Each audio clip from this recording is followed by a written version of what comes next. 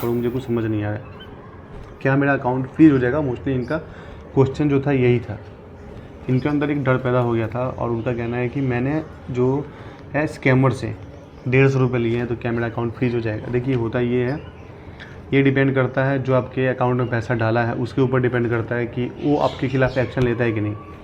क्योंकि इसका मैं बहुत ही सरल और बहुत ही साझा सिंपल तरीके से मैं आप लोगों को बताऊंगा कि इसका एक्चुअल जो है प्रभाव कैसे होता है, कैसे हमारा अकाउंट फ्रीज होता है, या फिर कैसे कोई जो स्कैमर है या फिर सामने वाला जो है वो हमारे ऊपर एक्शन लेता है। देखो होता ये है कि जिस अकाउंट से आपको पैसे आए हैं, अगर आपको 150-200 आए हैं, ठीक है, तो जाहिर सी बात है कि इतने छोटे अमाउंट के लिए कभी कोई किसी के खिलाफ़ कंप्लेंट नहीं करता।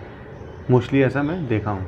अगर करना चाहे तो वो 50 रुपये भी भेज कर आपके अकाउंट में आपके खिलाफ़ कंप्लेंट करके आपका अकाउंट फ्रीज करवा सकता है।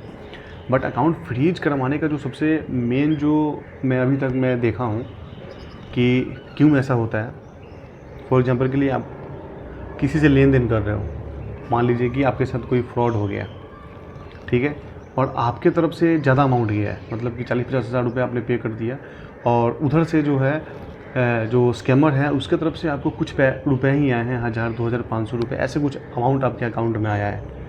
तो उस केस में क्या है कि अगर तो मान लो कि सामने वाला भी आपको ज़्यादा पेमेंट कर दे, और कभी भी याद रखना कि जो आपके अकाउंट में पैसे आते हैं वो भी किसी विक्टिम के ही पैसे होते हैं। मतलब कि वो जो स्कैमर होते हैं कभी भी अपना फेस, अपना डॉक्यूमेंट्स, अपना कुछ भी रिवील नहीं करता किसी के सामने। उसी पैसे लेने और देने के लिए दूसरों का अकाउंट यूज़ करते हैं, रेंट पे अकाउंट लेकर यूज़ करते हैं। तो हमेशा याद रखना कि अगर आपके खिलाफ़ कोई कंप्लेंट किया है तो ये स्कैमर नहीं करते हैं, कोई विक्टिम ही करता है।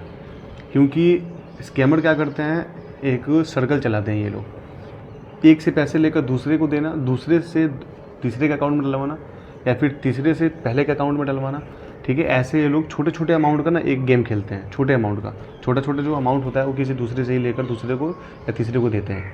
लेकिन जब बहुत बड़ा अमाउंट उनको लेना होता है स्कैमर को, तो ये लोग क्या करते हैं कि मोस्टली जो अकाउंट रेंटेड अकाउंट होता है, या फिर जो कह सकते हो जो किराए पर अकाउंट लिए होते हैं लोग, उस अकाउंट में बहुत बड़ा अमाउंट लेते हैं और कुछ नंबर ऑफ़ अकाउंट्स में इसको ट्रांसफ़र कर दिया जाता है, या फिर इस अमाउंट को कहीं शेयर मार्केट जैसे जगहों पे, या फिर कहीं कोई बिजली बिल पे करना हो, या फिर ऐसे बहुत बड़े, या फिर कहीं फॉरेनर कंट्री में इस अमाउंट को शिफ्ट कर दिया जाता है। ऐसी चीज़ों के लिए यूज किया जाता है इस अमाउंट को।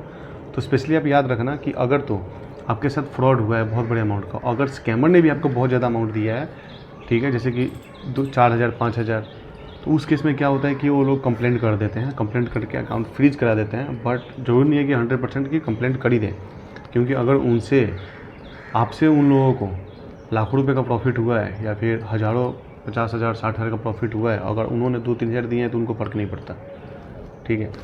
अगर तो उनके तरफ से आपको 2-3 हज़ार रुपये आ गए और आपने उनको 1 रुपये भी नहीं दिए, तो वो लोग आपके ऊपर कितने बड़े गुस्से में, या फिर आपको दबाव डालने के लिए आपके ऊपर ये लोग कंप्लेंट करके आपका अकाउंट फ्रीज करा देते हैं। बट बहुत छोटा अमाउंट हो, 150-200, तो यहाँ डरने की बात नहीं है। अगर आपके साथ भी ऐसा हुआ है तो आप क्या करिए, उनसे जो भी कनेक्शन है आप लोगों का, कनेक्शन तोड़िए, ठीक है, उनके कॉन्टैक्ट में रहना बंद कर दीजिए, उनको ब्लॉक कर दीजिए। तो इससे क्या होगा कि आपका अकाउंट जो है बचा रहेगा। बट बहुत से केसेस में देखा हूँ कि ऐसे लेन देन जब हम करते हैं तो जो स्कैमर होता है वो भी आगे कंप्लेंट करके अकाउंट फ्रीज करवा देता है। अगर मैं परसेंटेज के अकॉर्डिंग बताऊँ तो ये लगभग 100 इंसान के साथ अगर स्कैम हो रहा है तो उसमें से 7 से 8 लोग ऐसे होते हैं जिनका खुद का ही अकाउंट फ्रीज हो जाता है, और बाद में वो लोग मैसेज करते हैं कि सर मेरे साथ ऐसा हो गया, मेरे साथ फ्रॉड हुआ है, मेरा लाखों रुपए डूबा है और मेरा ही अकाउंट फ्रीज हो गया, मेरे अकाउंट में ही अमाउंट होल्ड हो गया। तो ऐसे केसेस देखने को मिलती हैं। तो मैं आप लोगों को यहाँ पर समझाने का सिर्फ एक ही मेरा मोटिव है कि स्कैमर लोगों से पैसे लेना भी एक उतना ही बड़ा अभिशाप है जितना बड़ा अभिशाप आप ये है कि आप दे रहे हो। बहुत बड़ा अभिशाप है ये। अगर आप उनको पैसे दे रहे हो तो आपका तो जो ज़िंदगी भर का कमाई है, या फिर जो भी आप किसी से लेकर दिए होंगे, वो तो जा ही रहा है आपके पास से। बल्कि एक डर ये भी बना होता है कि कहीं वो भी हमारे खिलाफ़ कंप्लेंट करके हमारा अकाउंट फ्रीज ना करवा दे, क्योंकि वो भी स्टार्टिंग में कुछ पैसे देते हैं। तो आप लोगों को मैं समझाना चाहता हूँ कि पैसा लेना देना दोनों बंद कर दो, ठीक है।